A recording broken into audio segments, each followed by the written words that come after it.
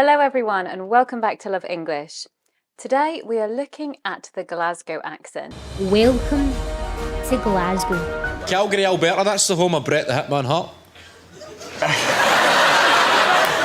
That one I didn't get. So we're going to be looking at how to understand it if you're a non-native speaker, how to understand some of the changes that might occur from standard Southern British to Glaswegian, but also how to do it if you're an actor and you want to learn this accent. Now, as a Southern Brit, I have to be honest, I love this accent. It sounds very strong, very full, and very, very different to the modern RP accent. But I do also understand that it can be challenging to actually know what Glaswegians are saying because it does change so much to many of the accents that you might be more accustomed to, like standard American and standard Southern British English. And you're not alone in this regard. Even here in the UK, some people, even in prestigious places like the Houses of Parliament, struggle to understand the Glaswegian accent. The Honourable Gentleman, what work is being done to make sure that this place is more accessible, particularly for some of our colleagues who have a disability? In background, could you please repeat the question? The Honourable Gentleman, what work is being done to make sure this place is more accessible, particularly for some of our colleagues who have a disability? Please, could you do it very slowly and intimidating English? You ever tried voice recognition technology? No. They don't do Scottish accents. 11. Could you please repeat that? So whether you're talking to a non-native speaker, an MP or an automated system, Glaswegians sometimes can be misunderstood. And in this video, we'll look at why. So sit down, hold your waist. I'm going to teach you that this accent is pure dead brilliant. Now let's look at the oral posture and the zone in which this accent comes from. So basically, our vocal system has different zones in terms of where we generate most sounds from. Now, we would say with Glaswegian, the sound is at the back of the throat, and particularly here, like you can feel a lot of activity here when you're speaking in the Glaswegian accent. So if you're an actor, just focus the sound from here and at the back of the throat. As well as that, you want to move your jaw a wee bit forward, and there's tension in the back of the throat, and the soft palate, so the back of your mouth, is low. So don't you kind of compress the back of your mouth to get the sounds out in this different way. Basically, if the Labour Party was a dog, round about now you'd be telling your children that the operation it needs costs exactly the same as a PlayStation 5. So let's start by looking at the consonants. Glaswegian is a rhotic accent, which means that you are saying all the R's that you see. So it's very different to modern RP, in which R is not pronounced if it's coming after a vowel. For example, in modern RP, we would say bird and park, but in Glaswegian, this would be bird, park. So you can hear I'm bringing in the R. This also goes for the endings of words. So for example, when you get ER in a modern RP accent, essentially that will be said as a schwa sound. But in a Glaswegian accent, it will be actually pronounced. So you're going to say lover, cuter, butter. You did the premiere of the Smurf film. Well, I've got a document called Passwords on my computer. Now, the other thing about the R in a Glaswegian accent is that they often tap it, which means one touch of the tongue on the roof of the mouth, on the hard palate, like in bright, great, story. So they either tap their R's or they have a pronounced R, so it'll be rhotic. A certain hesitation, because you don't want to do anything, take part in anything that's going to kind of downgrade the memory. Sure. Yeah. The film, it was so loved by so many people around the world, you know. Here's some sentences to practice. What kind of crazy price is that? What kind of crazy price is that? She's the loveliest girl in the world. She's the loveliest girl in the world. So on to the use of the glottal stop. So the glottal stop essentially is the closing of the vocal folds to block the flow of air. So essentially, in many of the Southern accents, we use it on the final T, like, for example, last night, pet cat. We're not bothering to say the final T, we're just using a glottal stop. We close the vocal folds, which creates a pause or a little cough. But in Glaswegian, this is much more present in many words. So, for example, butter, better, cuter, better. You're going to hear it a lot more. Depending on the strength of the accent, sometimes they do say the middle T, but they absolutely will drop the final T in quite an exaggerated way compared to us. I had the cheek to moan about having to walk 20 miles for clean water. The next thing is you will be dropping your final G's on the ing endings. So you won't be saying working, walking, chatting, facing. You'll be saying working, walking, chatting, facing.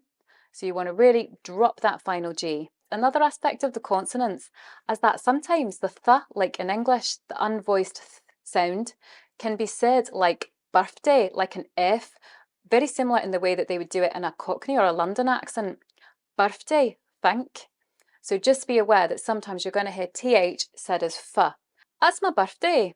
That's my 30th. Birthday card. A 70th. I can do your 40th and a 30th, mate. Is that any good? Right, now we're moving on to the changes in the vowel sounds. Right, first change we're going to look at as the difference between good and food. So short U and long U as not so defined as it would be in a southern accent. So essentially in a southern accent you would hear U and U. Short U, long U, like in good and food, or full and fool, pull and pool. Now essentially what happens in a Glaswegian accent is that the long U comes a bit shorter, but the short U comes a little bit longer.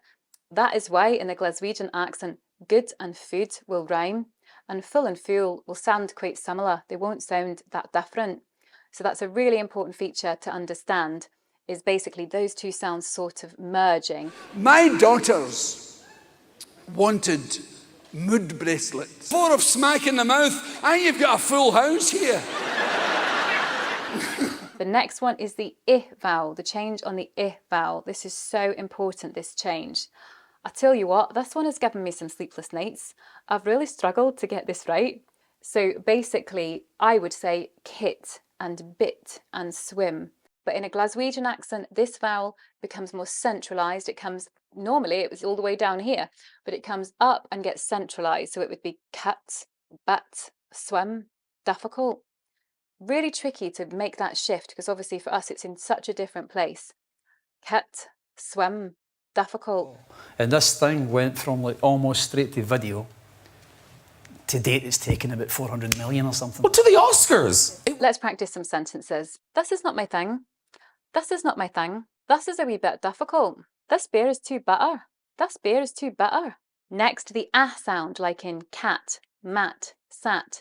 This one goes back more. So for example, it would be more like cat, sat, mat, fat.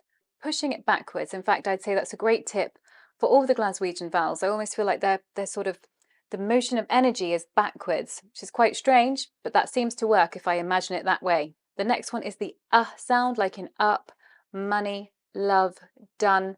This one comes a lot fuller, so it will sound much more like love, come, money, done. Yeah. Okay, what about your bum's out the window? I'll translate. Your bum is out the window. Oh, that was going to be my guess. The next one is the monophthong sound in burt and work. Now this one is cutting shorter because of the presence of that rhotic R. So for me this is long bird, work, heard. But for them it goes shorter and backwards, as I said before. Burt, work, turn. Burt, work, turn. And you can either tap or just pronounce that R. How did you burn yourself? I got burnt at work, Frankie. You got burnt? Now you got burnt at work? There was like 11 girls and a boy. O, like in lot and clock and rock and sock. This goes a bit longer. So this will be more like lot, clock, rock, sock. I live on the docks. I live on the docks. Have you been to Loch Ness? Now we're going to work on our diphthongs. So first of all, you have the ow sound like in now, about, house, round, south. Very often written as OU, but can be written OW. Now this one is shifting all the way into sort of an oo sound. If it doesn't go rounder, then it will become oo. So for example, on some words, it moves all the way to about. I don't know about that. That scene that you're talking about towards the end of the film is really the kind of bridge between this film and potentially another. There's juice loose about this house. But on other words, it will just go rounder, like on south and mouth. So can you hear the difference? But it's moving to O, basically, like in how. See if they wanted to keep their town blue because they thought it was quite cool. And I Yes, it out loud. One is the I diphthong, which is in price, kite, right, fight. Now this one just goes a bit higher in the pitch. Light, kite, right, fight, bright. The wind blows high in the Highlands. The wind blows high in the Highlands. Often somebody writes it down for them, so they literally have it in message form. So they go to the shops and go, all right, potatoes, all right, carrots. The next one is the O diphthong, like in phone, roam, zone. This one moves into O. It's slightly higher again, and it stretches. It's got more of a bend in it than it would be in a modern RP accent. Phone, roam, goat, boat. There's a goat in the garden. There's a goat in the garden. Has she lost her phone?